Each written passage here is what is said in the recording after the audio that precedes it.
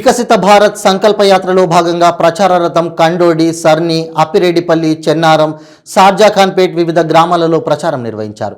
ఈ కార్యక్రమంలో వివిధ బ్యాంకులు ఎల్డీఎం విజయ్ కుమార్ పాల్గొన్నారు. ప్రచార కార్యక్రమాన్ని ఉద్దేశించి ఆయన మాట్లాడుతూ కేంద్ర ప్రభుత్వం అందిస్తున్న వివిధ పథకాలు ప్రజలందరూ సద్వినియోగం చేసుకోవాలని సూచించారు. ఈ కార్యక్రమంలో ఎస్బీఐ బ్రాంచ్ మేనేజర్లు, ఎల్డీఎం అసిస్టెంట్ కౌశిక్ యాదవ్, ప్రజలు తదితరులు పాల్గొన్నారు. సింపుల్గా ఒక 4-5 పథకాలు చెప్తాను చూడండి. ప్రధానమంత్రి జన్ధన్ యోజన ఉంది కదా, అది అందరికీ తెలుసు. సున్నా అకౌంట్. ప్రధానమంత్రి సురక్ష బీమా యోజన ఉందా? సురక్ష బీమా యోజన ఉంది కదా, 20 రూపాయల స్కీమ్. జీవన్ జ్యోతి బీమా యోజన ఉందా? 436 రూపాయల స్కీము. తర్వాత ఉజ్వల కనెక్షన్స్ ఉన్నదా? తర్వాత ఆవాస్ యోజన ఉందా? తర్వాత ఏమో ఆయుష్మాన్ భవ ఇట్లాంటి 17 రకాల సురక్షిత నీటి పథకం, ఈ సురక్షితమైన ఇంటి పథకం, అన్ని రకరకాల పథకాలు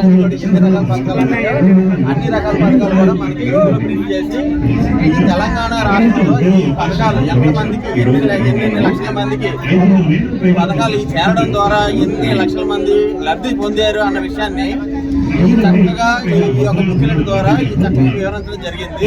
ఇదంతా మీరు చెప్పండి.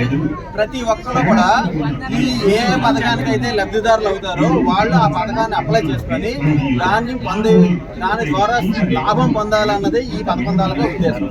ఇది ప్రతి గ్రామంలో కూడా, పట్టణాలు వదిలేండి, ప్రతి గ్రామంలో ప్రతి ఇంటికి కూడా ఈ పథకాలన్నీ చేరాలనే ఉద్దేశం మీదనే ఈ సంకల్ప యాత్ర, ఈ వికసిత భారత్ సంకల్ప యాత్ర అని ఒక ప్రోగ్రాం పెట్టారు. దానిలో భాగంగానే మనకు ప్రచార రథాలు తయారు చేశారు.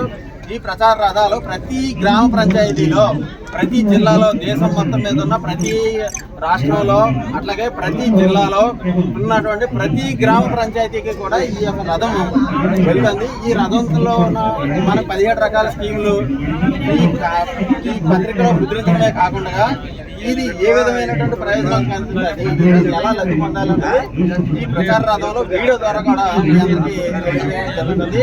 మీరు దయచేసి ఈ వీడియోని క్షుణ్ణంగా గమనించండి. ఎవరెవరైతే ఈ లబ్ధిదారులు ఉన్నారో ఆ లబ్ధిదారులు ఏ స్కీములు అయితే ఉన్నాయో ఆ స్కీములు మనకు లేకపోతే ఖచ్చితంగా ఆ స్కీముల కోసం వెళ్ళండి.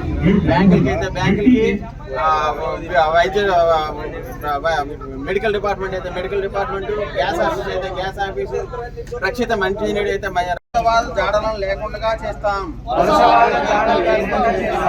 మన వారసత్వాన్ని పండుగలాగా జరుపుకుంటాం. ఏకత్వాన్ని బలపరుస్తాం.